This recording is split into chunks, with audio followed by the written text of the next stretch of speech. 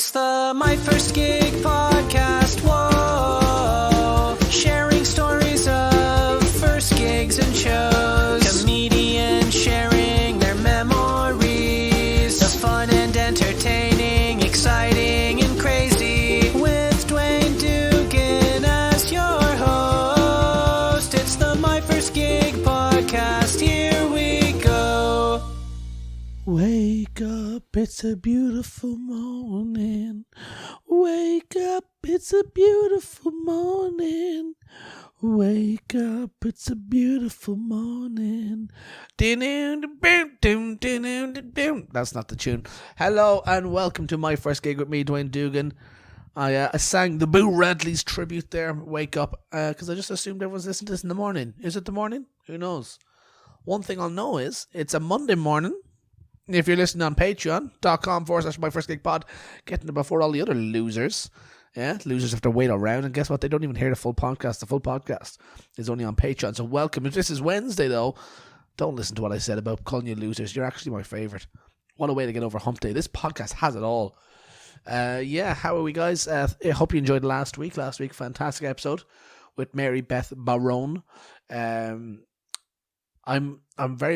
not watching...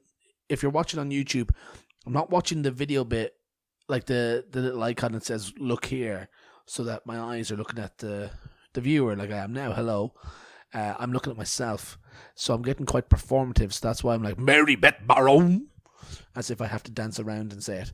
If you didn't hear it, go back and listen. I've been really enjoying the season 3. So have an old gander if you haven't. If you've just jumped in because you're a fan of Paul Smith, if you've been watching his clips from the Hot Water Comedy Club, just a real force in stand-up comedy in the new age, I think. Certainly, the way the UK is concerned, it's hard to beat their output. Like, you know, that's why Paul can come. We recorded this at the Olympia Theatre, and that's why Paul can come and do 2 sold-out shows at the Olympia Theatre to like a variety of ages of people. So it's not just like young people who like going to stand-up shows. These are, you know, there's some older people who have just discovered him on the internet, you know, which is quite ageist of me to just find that weird. Of course, old people use the internet. They're mad for their puzzles and their news, and hopefully their podcasts. Hey, are you out there? You big boiled meat heads. Love yous. Love boiled meat.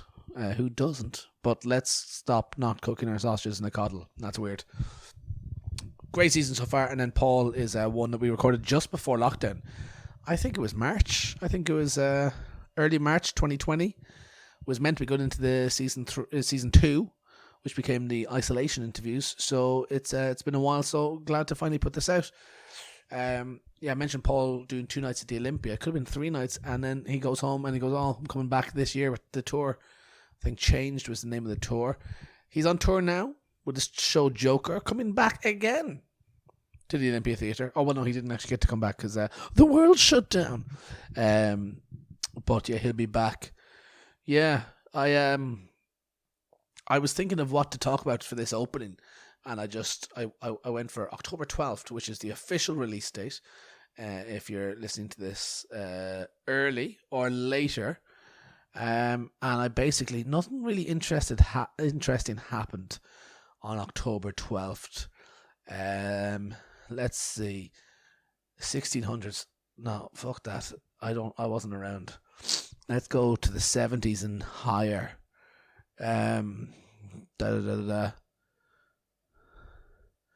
The European Union wins the 2012 Nobel Peace Prize. Not very noble if the whole European Union is winning it. That's the quality of jokes I'm delivering right now. It's all just death and like not happy deaths. Not that there is happy deaths. That was a weird sentence. But like they're horrific deaths. It's not just like, oh, somebody died. We're sad. But it's like, oh no, these people were murdered for really bad things. There was an earthquake. 5.8 earthquake occurred. Oh, at least 510 died. I was going to go, oh, wow, natural things. But no, yeah, people had to die. This is not a good opening banter. Oh, well, here's a funny one. The Hard Rock Hotel in New Orleans Oh, I was gonna say that it opened. I was like, why is that on Wikipedia as an event? It's on here as an event because it collapsed and killed. Right. Let's stop talking about the deaths. Let's talk about the births. Who was born? Again, I'm not. Who was born in the 1600s? I don't know them. Right. Who was born on October 12th? Hugh Jackman, Australian actor, singer, and producer. I know that Hugh Jackman is popular now again because he announced that he's coming back as Wolverine with Ryan Reynolds doing Deadpool. I've never seen a Marvel film. I've nothing against it. I'm not going out flying the flag being like, I've never seen a Marvel film, I'm so cool. I've no interest in them whatsoever. But like I saw one Batman. I don't know if that's Marvel, if that's DC, if that's not even either of them, but it fits in the same kind of bubble in my head. And I saw one Batman, and it was against my will. I had just broken up with my girlfriend the day before, or she broke it up with me rather. So I was the one who was like, "Oh, lads, friends, I could do with your friendship now." And my friend Darren said, "Well, I'm going to go see the new Batman tomorrow. If you want to hang out, you're going to have to buy a ticket and sit quietly next to me for 3 hours." I'm like, "Oh, you're a good friend. You're always there when I need you, mate." But I went and watched it, and I actually really enjoyed it. But like, never went to see any other Batmans or any other films of that genre. So I just they seem like a lot of effort. Crossover shit. I can't. I'm just watching reruns of Frasier. I know who's going to pop up. I know who's not going to pop up. I know where we're going. I can't be learning new people and their special powers and stuff. But, so I know Hugh Jackman's a bit popular for that. But me and my girlfriend went to The Greatest Showman on a rooftop outdoor cinema in Lanzarote, and she loves musicals, and she was playing all the songs and going, "We're going to this." I'm like, I don't think you have a choice in film. It was the only night we could go. I was like, all right, I'll go to this. I like the beers, I like the hot dogs and the popcorn, and you get a little blanket and the moon and all that bollocks. And I just watched the film, and we left, and we're not talking to each other as we're walking out, and she's just kind of looking at me being like, he's very quiet. You hated that film. And I don't know what I said to her, but I definitely know what I felt. And what I felt was, oh my God, my life has transformed. I love musicals. But in the same way that I love Batman, I never went out and watched a musical then. We've since, I think, watched 2 musicals. One of them was a birthday present to her, a live stage show of Matilda, and the other one was Les Mis. And even then, I did bits of Les Mis in a school play when I was a teenager. So because I knew a little bit of it, I was able to start. Otherwise, I was like, we're going to watch old people sing about old times for ages and they're all sad. It's a lot of effort. I find it very hard to start new things. But yeah, I even went to see Hugh Jackman in concert performing the songs from the musicals. And for someone who's seen 2 musicals ever, but yet paid to see one of the stars of one of the musicals sing songs technically from both of the musicals. Yeah? Well, not Matilda. I would go see a live thing of Matilda. Wait, we did go see a live thing of Matilda. I go see Tim Minchin do Matilda stuff. Good boy, Tim Minchin. He'd be a great guest in this podcast, wouldn't he? He'd be funny and charming, and I think I'd fall in love with his eyes. Let's see. Who else was born? Giuseppe Lanzone, an American rower. Never heard of him. Conrad Smith, sounds like a name I know, but no, born in the 80s. Carlton Cole, English footballer, know him. October 12th is a shit day, man. In 2004, Darcy Lynn, an American ventriloquist, was born. Who was born in 2004? Has a job as a ventriloquist and a page on Wikipedia. What age does that make you? 17. A 17 ventriloquist from Oklahoma has a Wikipedia page. Are they going to be dead as well? Is that what the whole thing is here? Characters. A bunny. A Motown mouse. An old lady. A cowgirl. A duck. A fox. A orangutan and a bird. Filmography. There's about 20 films here. This is wild. In Scooby-Doo and all that. America's Got Talent. Oh, see, there you go. America's Got Talent. Excuse me for coughing. I'm not going to edit it out because it matches with the video, and I'm not chopping up the video. I have a really bad cough. Now that I've mentioned it, it's going to be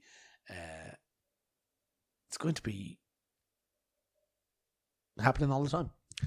I've gone off of the births, and what's next is the deaths. I think we just have to embrace death and just hopefully not get tragic ones. I love here that they say pre-1600 deaths, and they've got Demosthenes. Somebody will be knowing how to pronounce that. But it's like, they died on October 12th, 1322. No, they died October 12th, 322. Now I'm calling bullshit on that. How are they telling us that 1700 years ago today? Is that right? Yeah, 1700 years ago today, they're telling us someone died. You don't know if they died on October 12th or if they died 6 years later. And do you know what? Even if they did die 6 years later, that'd be a pretty good way of guessing. There's no records from 322. BC! Hold on a second. So that's 2022 plus 300. You're telling me you know the exact date that somebody died. Let me see if I can do my maths here. 2,344 years ago, and you're going to say they died in the 24-hour span of October 12th. And yet, it happened 2,300 years ago. That is bullshit. It's not like there's they're going, we found their gravestone. Their gravestone is under the ground. It doesn't exist. Any famous? I'm getting really angry at this. This is a welcoming way to start a podcast. Any famous people die that we're aware of? In 1991, Regis Toomey died. No. Anybody? Nancy Spungen.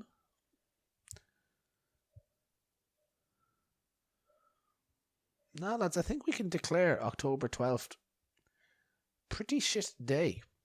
I think if this podcast is a success, it should go on the Wikipedia page because fuck all else happened. Right, holidays. Free Thought Day. What? Free Thought Day? These days they'd be like, oh, it's National Happy Blue Chicken Day. I'm like, nah, get away from it. Because I'm pretty sure it's like, oh, National Cat Day 6 times a year, and that's the only one I'll allow. Because it's National Cat Day every single day. It's Children's Day in Brazil. Children's Day. Every other day of the year. Fuck them. But today, they have their day. Fiesta Nacional de España. Feast of Life of Aleister Crowley, celebrated as Crowleymas in Thelma? Oh, it's a cult, a religious cult. Aleister Crowley died in 1947. Alright, buddy. He was buried in Hampton, New Jersey. Born in England. Here, mate. What are you doing travelling across the world in the 1800s? I'm losing the plot here. I realise that every single week I just basically talk until I get a bit of self-awareness and go, I'm losing the plot. Today's guest is Paul Smith. If you're having fun, go to @MyFirstGigPod, wherever you like your social medias, and tell me that I did a good job. Rate, review. This podcast is powered by Acast. If you rate it on Acast, I'll love you. If you decide to rate it on Spotify or Apple Podcasts instead, that's all right. Every review helps. Every listen is appreciated. Tell your friends if they like Scousers or Hot Water Comedy Clips to listen to this. But I won't bore you anymore. We start talking. So as I said, it was recorded in 2020, and there was logos around at the time celebrating the 10 years of Hot Water Comedy Club in Liverpool. So we begin in progress talking about that. I think that's all for now, guys. Do you have a nice drink? Get a cold drink. Get some ice. Get a straw. Take a little sip. Oh, that's nice. Do you feel a bit of sweat going down your head? Yeah, that's okay. I'd be nervous too. but nerves, when conditioned or excitement, is Jesus. Shut up, Dwayne. You guys relax, sit back, enjoy my first gig. I'll go away, but I'll be there. Enjoy my first gig with Paul Smith. 10 years in April, yeah. 10 years. How early into the process did you get involved? I think I was there, like 3 shows in, I was there. Yeah, or second show maybe even. Second show, I think. Wow. I did. Yeah. Did you know the guys, or was that just being local? No, or? and I'd stopped doing comedy for like a year. It was a complete fluke that I ended up landing on that gig. Because a guy who, weirdly, the guy who's doing my tour support tonight, a good mate of mine, Phil Jackman, I'd stopped doing, I'd fell out of love with comedy a little bit. I'd had a bit of a bad run, and I stopped for like a year. I got a job, and I bumped into him, and he was like, "Oh, how come you've stopped?" And we had a little chat about it, and he made me book in for this open mic night called Hot Water Comedy, which I'd never heard about. He was like, "There's a new one started, just book in." And I was like, and I just did it to appease him. I never even intended on doing it. And then it came round and I forgot to pull it. And I was at a barbecue and I had I was just drinking beer in my garden with my mate. We had these little barbecue trays out from Asda. And my mate I was like, oh, shit, I forgot to pull this gig. And he was like, just go and do it. Just go and do it. And I was like, I don't want to. He's like, come on, it'll be a laugh. So it turns up and I'm pissed. I've got a Superman t-shirt and shorts on and flip-flops, and walks in, and at that time they had another guy MCing, and another mate of mine, Adam Staunton, another Liverpool act. He was talking to the lads and he said, "Oh, because I'd been established, I'd been a weekend comedian before I stopped." And he was like, "Oh well, he's a pro act. You best put him on last." And I was like, "Oh." So they put me on last, and I was waiting for it to come about. I was getting more and more drunk. I got told to shut up twice. It's bad. Like, just talking at the back of the gig, which is so unprofessional. And then I got on, and I went to start doing my set, and I just couldn't remember it. Just literally, I got into this bit, and I was like, I don't know what I'm saying here. So I just had to rely on crowd work, but nobody, because it was an open mic night. No one had really done crowd work, and the MC they had at that time, he was fairly new and he hadn't done really any crowd work. So I just started bouncing off the crowd, and they loved it. So the guy said, "Oh, do you want to come back and host another one?" They'd booked another 5 shows in. There was another 4 guys MCing, and he gave me one of them to MC, and I was like, "Yeah, okay, I'll come down." So Sunday night, I'll keep me hand in. And then another guy dropped out, so I ended up doing that one. And then I ended up going on the next time, just kept going down. And then after that, he just gave me the rest of them. And I've always MC'd it ever since. If I had to go right back and ask you what your first memory of comedy is. Yeah. It doesn't have to be stand-up necessarily, but what comes to mind when you think of your first memory?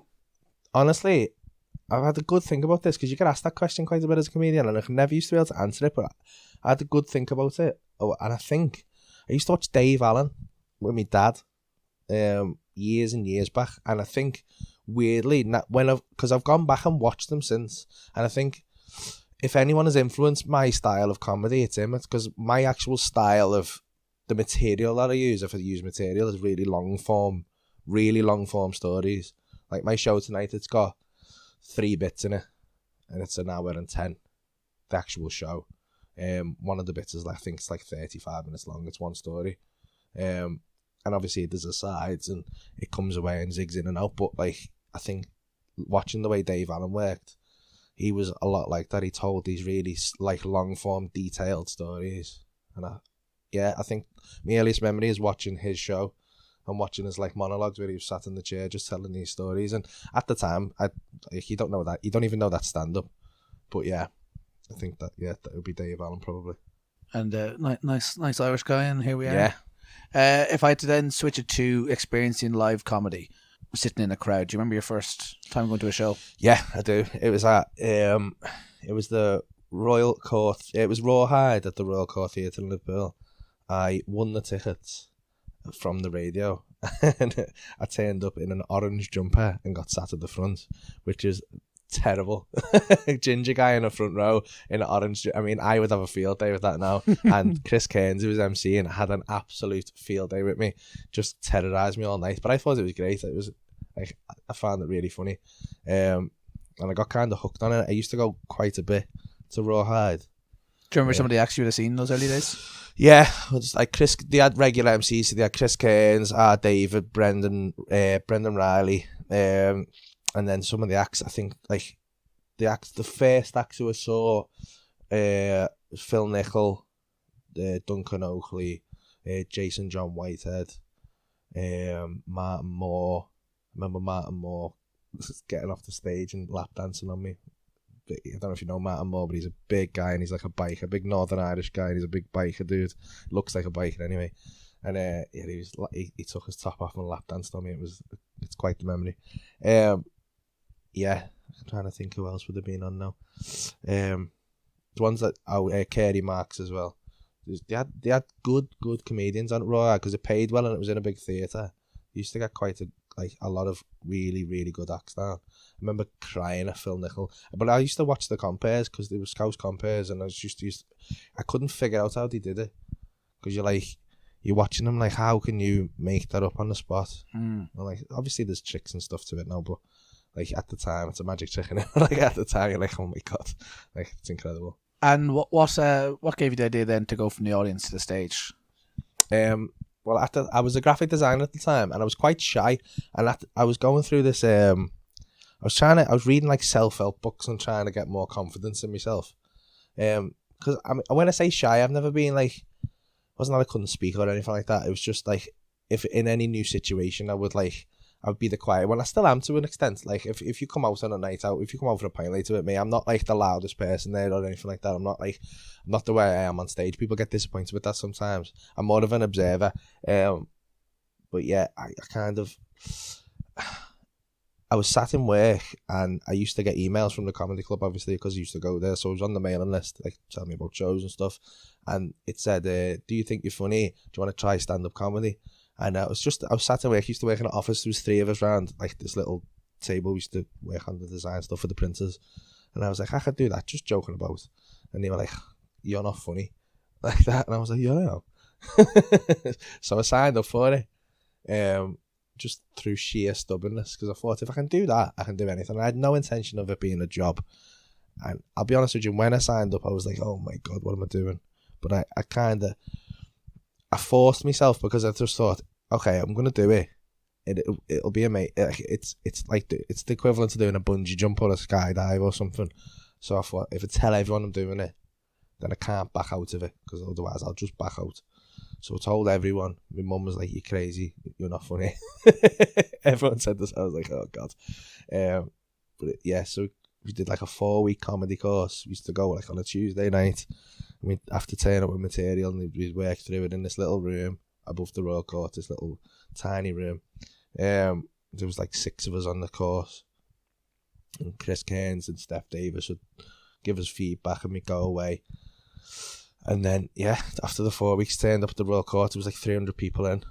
So this is the theatre that you were going to watch shows in?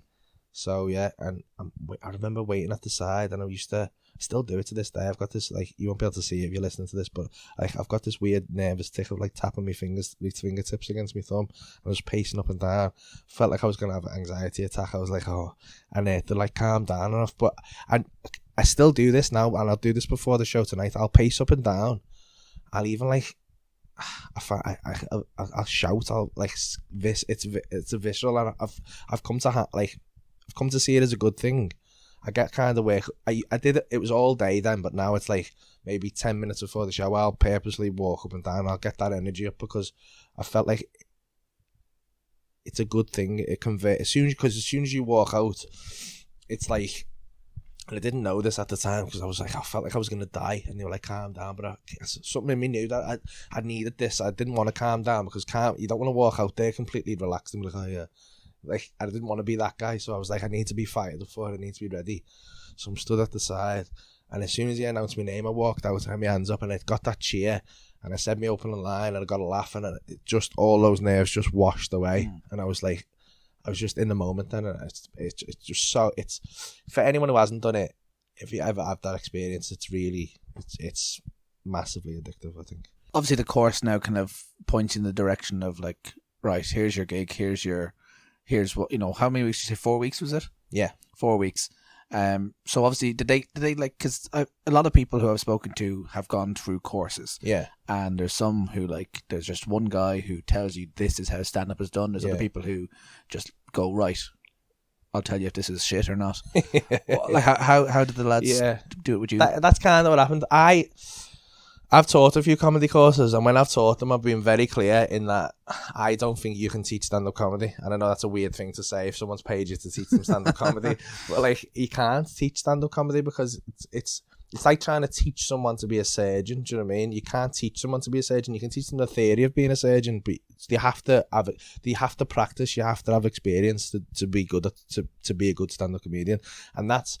I think that's the misconception of people who go on a stand-up comedy course are expecting to come out being good at stand-up comedy. Like, you would come out of a English degree knowing a lot about English, about being good at English. You can't. It's not a theoretical thing. It's a practical skill, being a stand-up comedian. So I don't think you can teach it, but what you can do, and what I used to do, is just, you can get rid of about 6 months worth of stupid mistakes that literally every person makes. And I know this from hosting a new act night over and over again. Silly little things like not taking the mic out of the mic stand, and think like, or and like leaving the mic stand in front of you, or like standing right at the back of the stage, or like just staring at your feet, and just ridiculous body language problems, or like a lot like, I would never tell people what to say, but I would sometimes go, have a good think about that, because this is the tension it's going to create, because it's all tension and release, really. So like, if someone comes in and a lot of younger guys tend to come in and they're trying to be shocking and trying to be, which is totally fine, it's a way to do it, and there's a lot of good comedians who work with that, but they all mistake it for being like, just be shocking, just say the most horrifically offensive thing. And I'm like, if you want to say that, you can say it. But what's going to happen is you're just creating tension there, and you're not releasing it with anything clever or any kind of alternate perspective or anything like that. So I would do things like that. And that's kind of what they did for us. They were like, you went in and you'd go through your stuff, and it's more of a like, it's a safety net, really, because you've got this support network, and you go in and it's not the first time you've tried it, and you're in a kind of safe space where it's still a little bit nerve-wracking, but like, you go in and you try your material out, and if it gets a laugh, then you kind of know. That's the only real way of knowing about stand-up comedy, is getting up in front of someone and saying it in that kind of situation. And if you can do it in that little room, it's much easier in front of 300 people. I always say this to people. It's like, people say, didn't you get nervous doing an arena with like 7,000-8,000 people in there? I'm like, no, because once you get above 100 people, really, it's just a sea of people in it. Do you know what I mean? You can't really focus on anyone's face. If you've got 10 people in the room, you can see you know while you're talking, you register every one of their faces, because your brain can register that many people. So you're just looking at them all, and then when one's not laughing, it becomes a fucking issue. But yeah, so I've lost my train of thought there. What was I saying? We were speaking about how, like, whether they guided you or instructed you. Yeah. So yeah, that's kind of what they did, is that you go in and you do your stuff, and if it got a laugh, they would kind of try and edge you towards this and that. But like, yeah, they were very laid back with it. It's there's not much you can do. It's more of a confidence thing. Those things are like a public speaking course. It's just kind of going. It's someone reassuring you that you're not shit. And if you are shit, then it's a bit of an issue. But like, because that has happened sometimes. Like when I was doing the comedy courses, you get some people who turn up and they just think they know everything, and you're like, oh god, it's gonna be a nightmare. But yeah, they were kind of, they just reassured me that the material wasn't terrible, and then it gave me a little bit of confidence to go, okay, well, I feel like at least I know what I'm gonna say, and I know how to prepare for this, and I know what my first joke is, and then it'll just all flow on from there. Do you? How long was your set? It was supposed to be 7. I did 12, of course, which is 10. That's because you don't factor in. I mean, because people were laughing, and you never factor it in when you're practicing. Like, you don't factor in how much you slow. You don't factor. I always used to say this when I was teaching the comedy course. Well, factor in how much.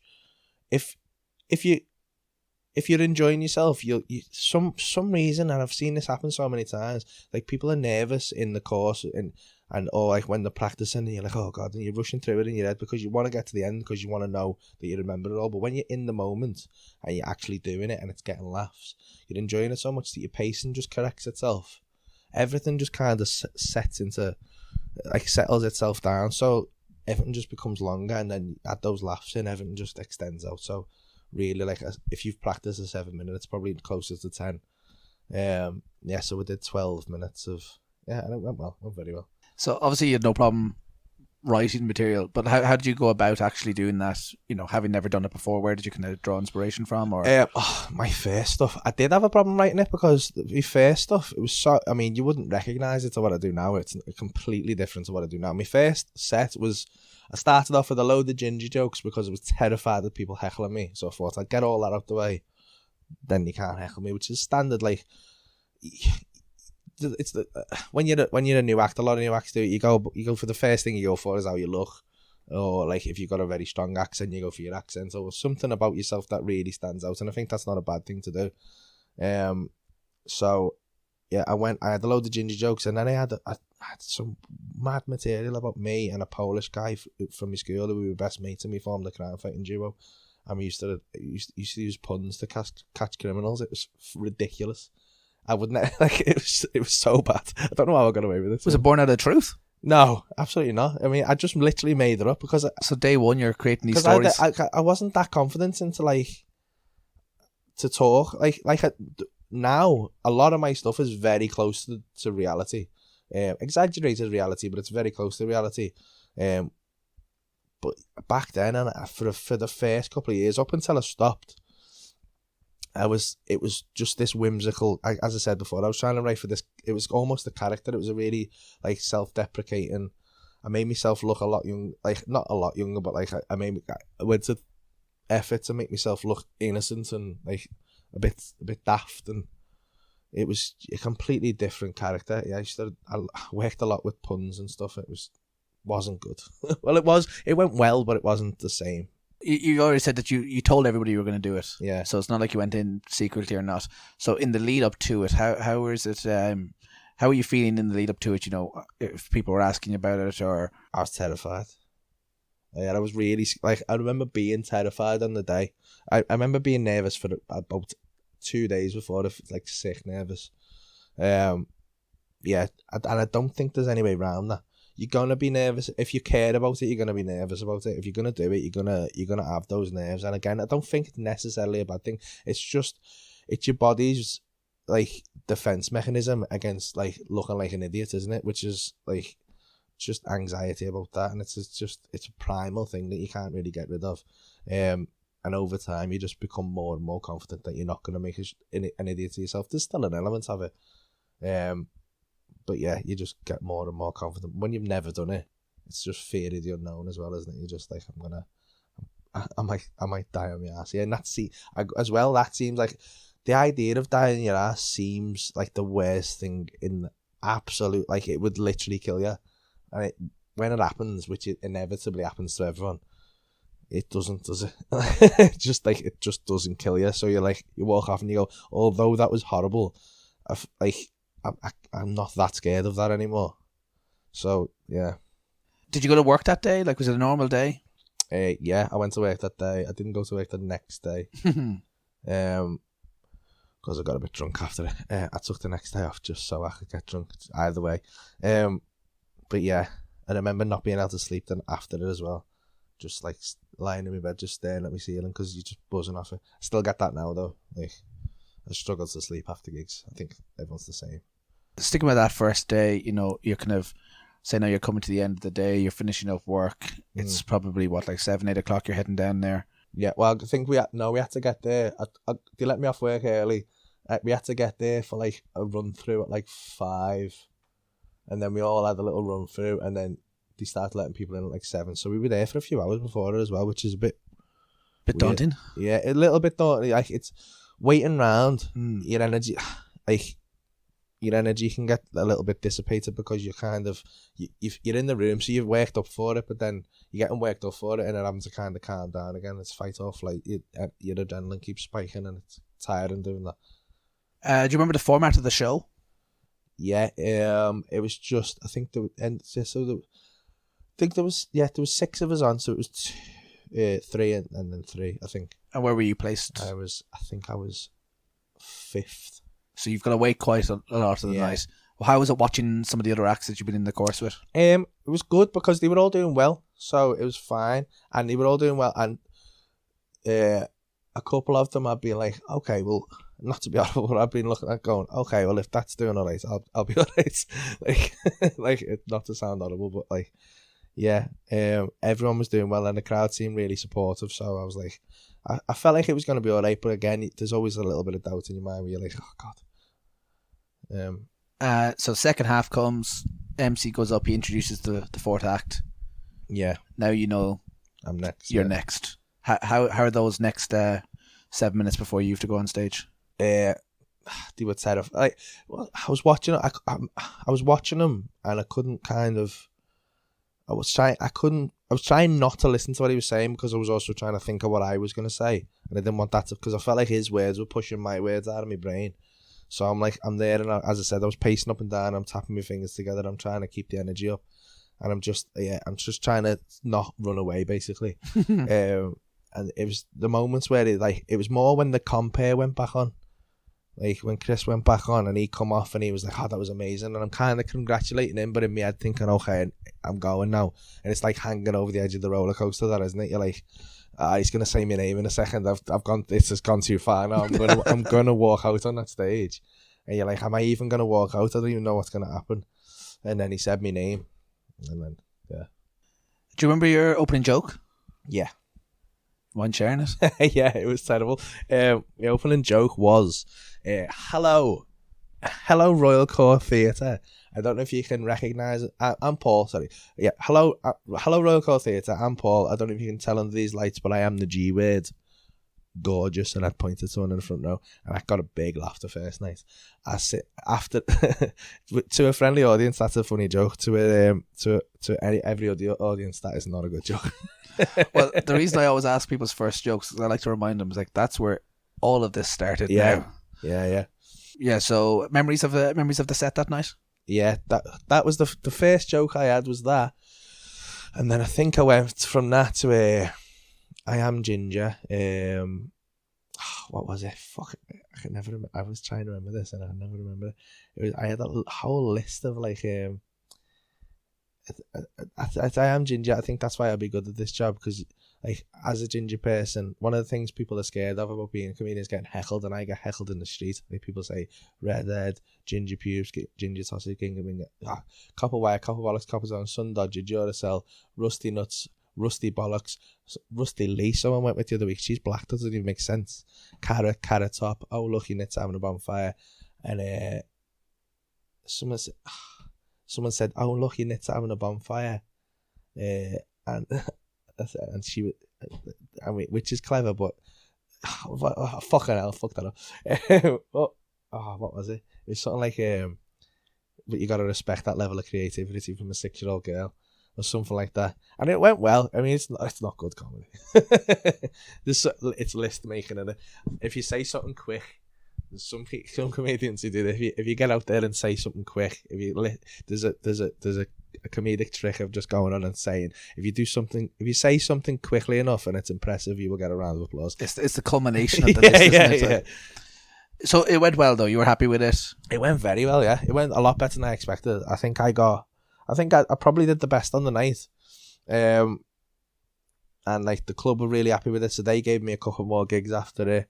I think they put me forward I got put forward for the Leicester Mercury Comedian of the Year competition on the back of that, which is mad because I'd done like at that point when that came around, because I did my first gig in the December, and that was in the February, I think. So by that point I'd done like 5 gigs. Brand new, like. Yeah, and I was in this big comedy competition. Was it your intention to keep on going? Because you said it was something like a skydive or something, like, you know. Before I went out, no. After I came off, I was like, I'm definitely doing that again. I wanted to do it again straight away. So yeah, after that I was kind of hooked and I knew I wouldn't stop. And I think deep down, it's something I had always wanted to do. But yeah, I think I was just in my head. I psychologically said to myself, it's just this and that, because it just made it easier psychologically. Because if I put that pressure on myself, I think that was a mistake I made after it though, because once I did put the pressure on myself, I go, okay, well, this is what I'm going to do with my life. I'm going to be a professional stand-up comedian, and I'm going to get on telly, and I'm going to do all this stuff. That put a lot of pressure on. I stopped enjoying it progressively over time, because I was doing well and I got pushed forward quite a bit, and I got some good opportunities and I just wasn't ready for them, and I messed them up, and then they got inside my own head there. But yeah, when you say that, in your head somewhere, this is something you always wanted to do, like, that's probably then what made you, when you see this email and it says, "Are you funny?" Yeah. You probably wouldn't have said that out loud, "Oh, I can do this," unless you knew that was something you wanted to do. Yeah. So you were almost asking, almost like encouragement, I guess. Yeah, probably. Do you see it as a benefit, doing your first gig in a theatre in front of 300 people, or like, are you happy it went that way, or? Yeah, no, definitely. I mean, it's a lovely place to start. As I said, doing a gig in front of 300 people, one is the laugh you get's incredible. It's just it's a percentage game, isn't it? If you can make half of 300 people laugh, it's a big laugh. If you make half of 6 people laugh, it's not a big laugh.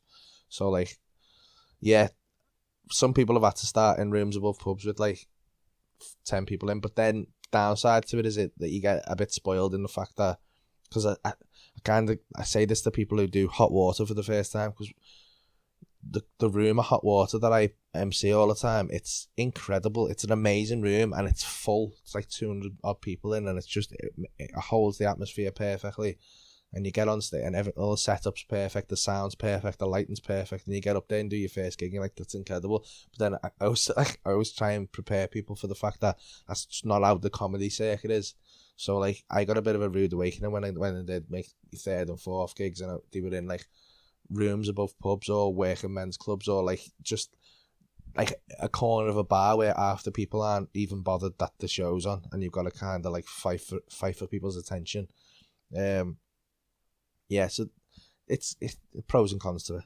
So it's probably encouraged you to keep going anyway. Definitely. Yeah. Just the buzz of it, just the sheer buzz of it alone meant that kept me going. If I could go back to that moment then, right before the MC calls your name, if you're pacing up and back and forth, if you today, before you do this show, could go back and have a little word with Paul right before you went out doing that first gig, what do you think you today would say? I don't know. I was like, yeah, that's an interesting question, because I'm a bit weird with stuff like I'd want to say it's going to be fine. Like, you're going to end up selling theatres out. It's going to be amazing. But like, then you feel like if you do that, then is he going to get a bit of hubris and be like, well, I'm going to smash it, so I might as well not work as hard. Or it's just, I wouldn't change anything, to be honest. Like, I've had bad times in comedy and I've had dead good times, and I feel like it was all necessary to get to where I am now. So, and I'm very happy where I am now. I feel blessed. I feel really lucky. I feel like I've had a lot of good opportunities, and I've been lucky enough to meet a lot of really clever people who have kind of allowed me to just do what I think every comedian wants to do, really, is just like be able to tour and just get out there and play to an audience who wants to see you. That's really it, isn't it? Like, it's just, I mean, it's all well and good saying you want to be on TV and do all that, but like, really, you want to be doing live stand-up. I think that's, for me anyway, I think that's what most comedians want to be doing. You want to be in front of an audience who wants to watch you do stand-up, and I'm blessed enough to be able to do that. Yeah, so I wouldn't go back and change anything. Like, I wouldn't tell him. I'd just say, stop being a pussy. Keep it simple. Yeah. Well, look, Paul, thanks for chatting your first gig tonight. No worries. Thank you for having me.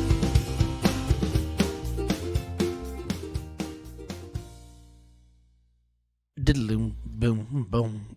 Another one bites the dust, and another one does, another one does, and another one bites the dust. Hey, I'm gonna get you too. Another one bites the dust. There, that's 2 bad intros and outros of songs. Hope you enjoyed the podcast, Paul Smith. Yeah, fun episode. Like, imagine doing your first gig in a theatre. I'd be shitting it. I did it in a recreational room of a college, and it wasn't fun. No, it was fun. What am I talking about? Everything's a downer. God, I record all of these very late at night, like post midnight, and I don't think it's good for my brain or my output. That I'm like, all right, guys, everything's shite. Hope you enjoyed the podcast. Make sure to subscribe on Patreon, because I really want to get into double digits. Oh, let a secret slip there. Would you want to be part of the small crew? It's at the point now where I can afford to fly you all to Dublin and just give you a hug and then fly you right back. I would bring you to my house, but it's the air coach that's actually the coach that goes from the airport to Dublin is the expensive thing. The flights are a tenner, and I wouldn't pay for the coach for everybody, but we'd have a nice little hug in the airport, and it's a bit crowded at the minute, so we'll probably just put you straight back into the queue to departures. But if you want to join that little crew, go to patreon.com/myfirstgigpod. Follow it at myfirstgigpod. Follow me at Dwayne Dugan. And next week's guest, I think, so is this episode 6? This is what I should know. Paul Smith is season 3, episode 6. So we're at the halfway point of season 3. As I said, we're going to do 12 episodes just to round it off, because season 2 was 2 episodes short. So I want to get up to episode 30 for the end. Episode 30 will be the season 3 finale. So we're at the halfway mark, which means, gobble gobble, I've had 6 delicious podcasts. Please, sir, may I have some more? Of course you can. And we're going to kick off the second half. Side B of season 3 with the fantastic Lauren Pattison. Lauren Pattison received the nomination for Best Show at the Edinburgh Fringe this year for her show It's the Way It Is. Oh, do I have anything prepared? It is what it is. Look, I could have got the name of the show right the first time, but it is what it is. Hey? So check out Lauren Pattison next week. Go back and listen to all the episodes in this series. Flo and Joan Alison Spittle, Joe Lycett, Rhys James, Mary Beth Barone, and today was Paul Smith. And then go back and listen to all of the old episodes again, because it's now been long enough that if you have actually listened to them, you can listen again, brand new. I love listening to old podcasts that I enjoyed when I forget about them. And then I love then remembering bits going, they're going to talk about the thing that I like in a second. They're going to talk about the thing that I like. And then they do. I'm like, I like that thing. And as I said, that's why I don't watch Marvel films. There's too much new stuff going on. I like listening, watching, and consuming everything I've consumed before. You want me to try new foods? God help you if you even suggest it. Okay? My favourite dinner are the ones that my mother made for me when I was a child. And it's because that's all my palate likes, but also it's familiar to me, guys. And you are familiar to me. I love you all. I'll leave you there. Have a great week. Have a great time. See you another time. I'm Dwayne Dugan. For my first gig, goodbye, good night, and safe travels. What am I talking about? Goodbye, guys. It's the My First Gig podcast. Whoa. You've been listening to My First Gig with Dwayne Dugan on Acast. Follow online at My First Gig Pod or at Dwayne Dugan. For classic episodes, ad-free, early access and more, head to myfirstgigpod.com. This is My First Gig with Dwayne Dugan, powered by Acast. Enjoy.